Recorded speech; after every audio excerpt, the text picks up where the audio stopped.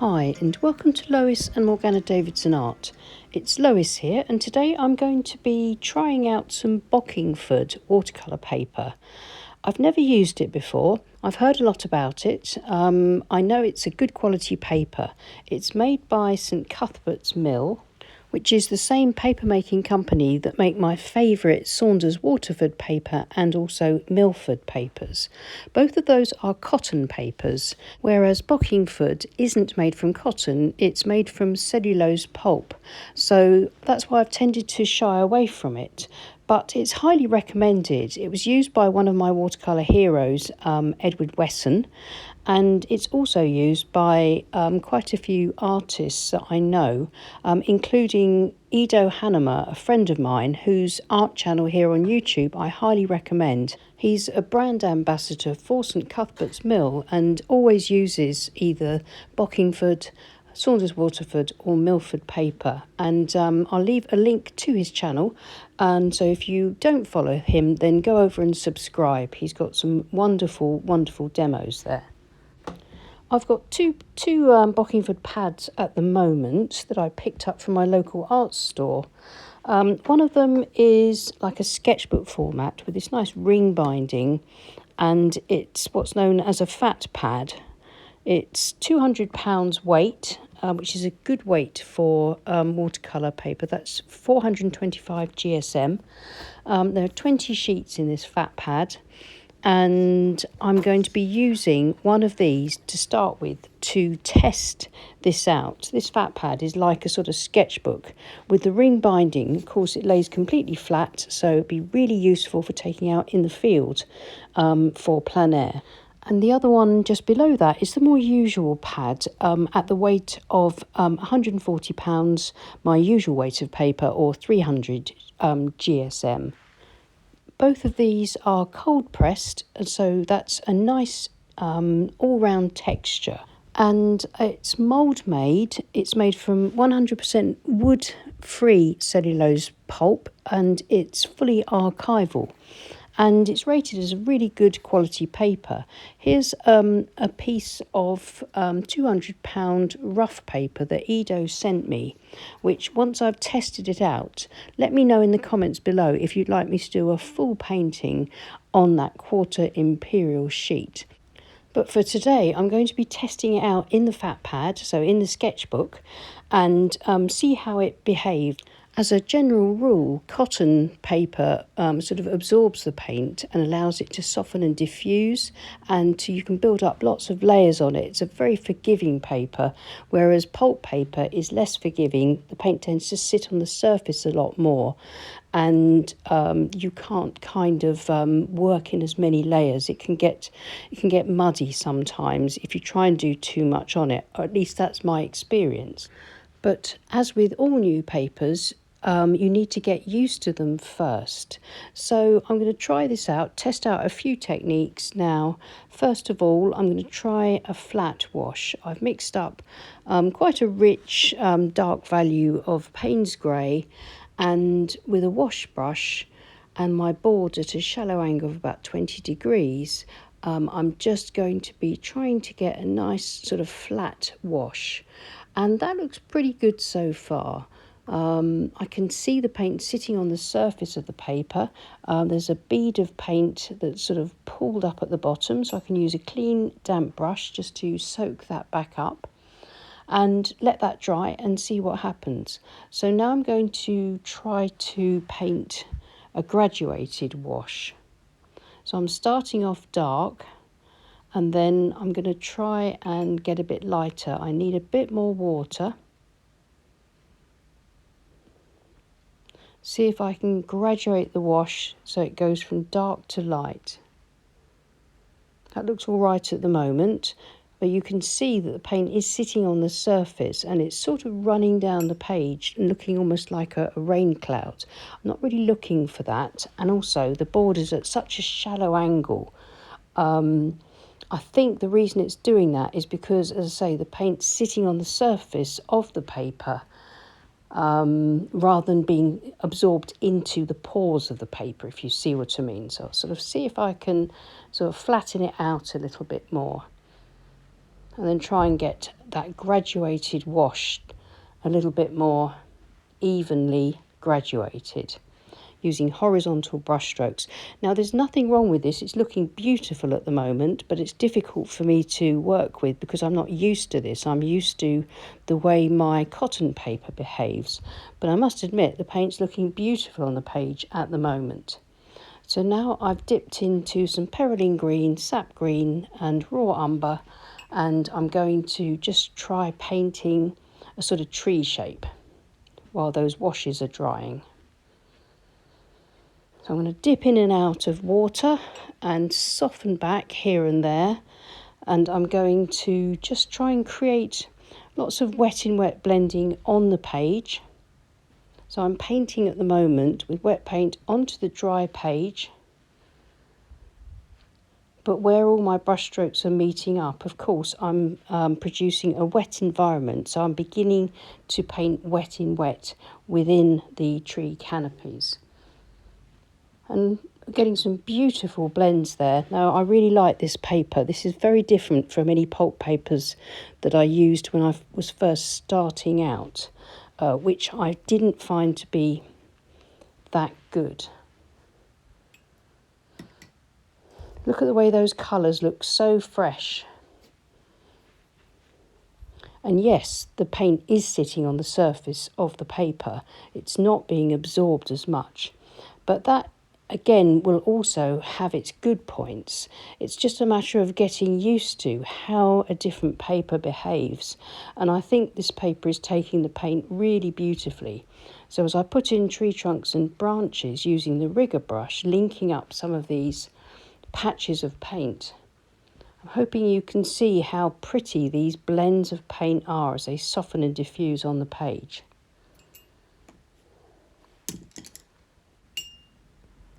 So I'm going to now build up just a little bit of foreground under the tree, and dip into my my colours again and try and get some swooshes of paint across, and then some dry brush and get a bit of variety in there for a something and nothing suggested foreground. Just testing out different brush strokes, different colours.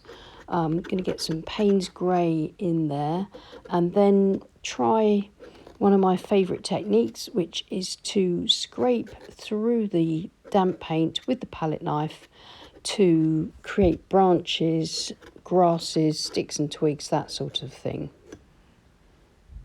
And that looks great as well.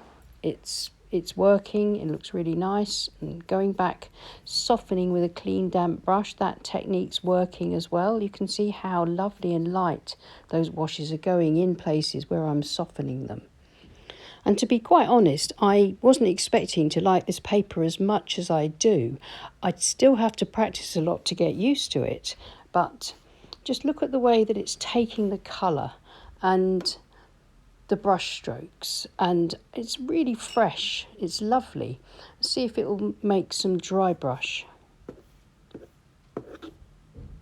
Yeah, there's it can do anything that cotton paper can do, really, just with a bit of getting used to. The only thing that I've noticed, I've looked across towards the right, bottom right, and look at the graduated wash. Where the paint was sitting on the surface of the paper, my graduated wash, because my board's at an angle of 20 degrees, the paint has sort of drifted down while I've been painting the tree, and it's turned into something that looks a bit more like a flat wash. So that's something to notice and to bear in mind. But I'm absolutely thrilled with how flat those flat washes are. There's just a perfectly smooth surface of paint. So continuing now with the tree, I'm just building up just a few more little shapes and just having a bit of fun, really. And then the idea is just to sort of flick some water into the tree and to see how the water reacts. See if it'll give me sort of cauliflowers or runbacks, or whether or not it'll just give me softly dappled effects in the foreground and in the canopy. And I like the way the water is then reacting with the paint that's sitting on the surface of the paper and creating really pretty diffusions and patterns.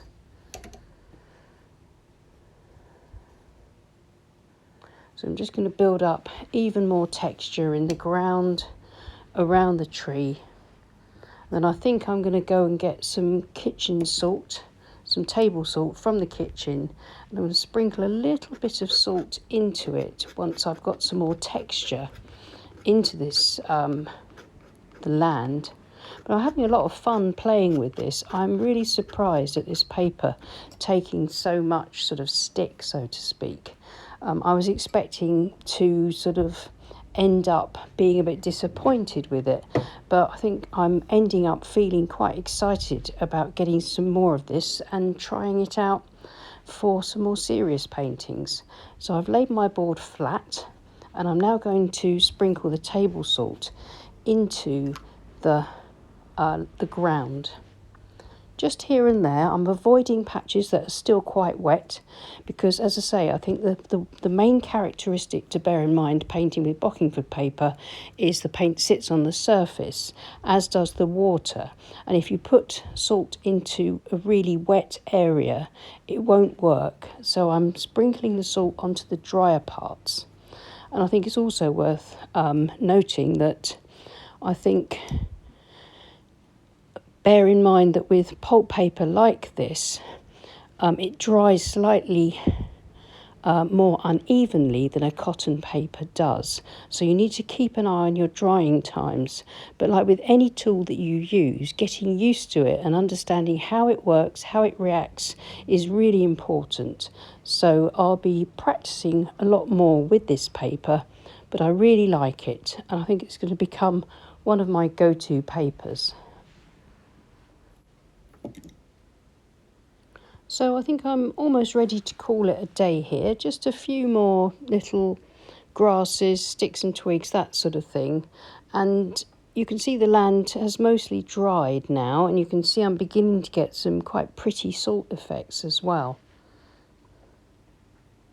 Nice dark values as well from some of this paint. It's really, the paper is taking the paint very, very nicely. So I'll let it all dry completely and then come back and have a look at it and just wind up with a few final thoughts. So here it is, it's nice and dry, and I'm absolutely thrilled with these flat washes. I'd need to practice to get a graduated wash because my graduated wash has turned into a flat wash. That's interesting.